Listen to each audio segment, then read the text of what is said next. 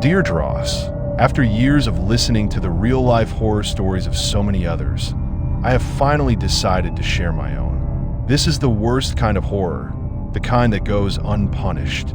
It is a horror I witnessed 15 years ago, and it haunts me to this day.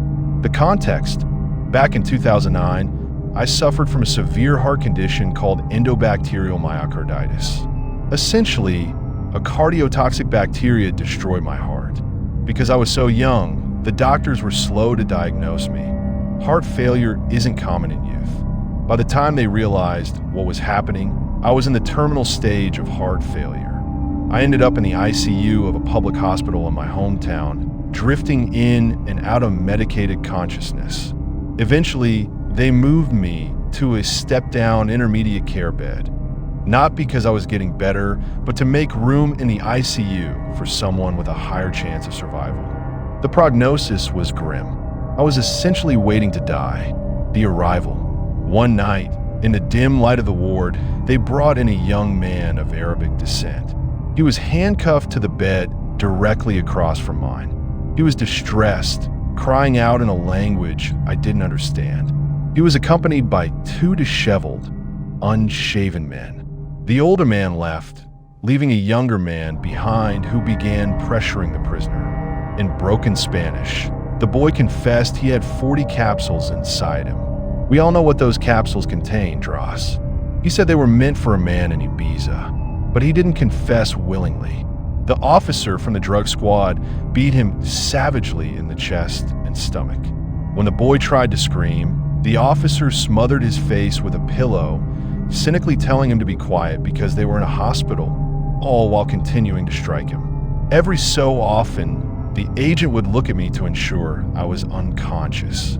Terrified, I faked sleep, only squinting my eyes when his back was turned. The betrayal.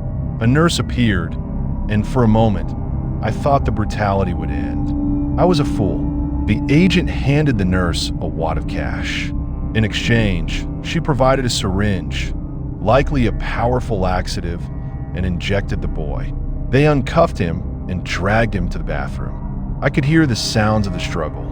The agent forced the prisoner to wash the capsules, condoms filled with drugs, one by one as they exited his body, beating him the entire time. When they returned, the agent held up two broken condoms with a gloved hand. The beatings to the stomach had ruptured the eggs inside the boy. The final moments. The first agent returned, and the two began laughing, discussing their haul. They whispered that they would only turn in 15 capsules to the department and keep the rest for themselves. The boy began to convulse. The drugs were flooding his system. The agents joked about it. Look at him twitch. It must be the good stuff. The nurse returned. She did nothing to save him. Instead, she said she would put morphine in his four so he wouldn't make such a fuss. She even joked that if he kicked too much, he wouldn't let the fat guy in the other bed, referring to me, die in peace. She coldly remarked that mules dying of intoxication was common and that there would be no investigation. The aftermath. They eventually noticed me. One agent pointed at my bed and asked the nurse something I couldn't hear. I spent the following nights in absolute paralysis. Every time that nurse approached me with a needle or medicine, I wondered if they knew I had been awake. I wondered if I would be eliminated as an inconvenient witness.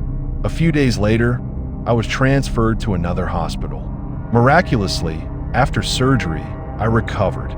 Against all odds, I have lived 15 more years. I am telling this now because I live in a different country.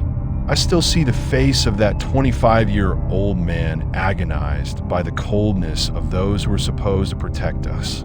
I feel guilt for not speaking up, but at the time, I was a dying man fighting for my own breath. I am sharing this so that his story isn't swallowed by oblivion.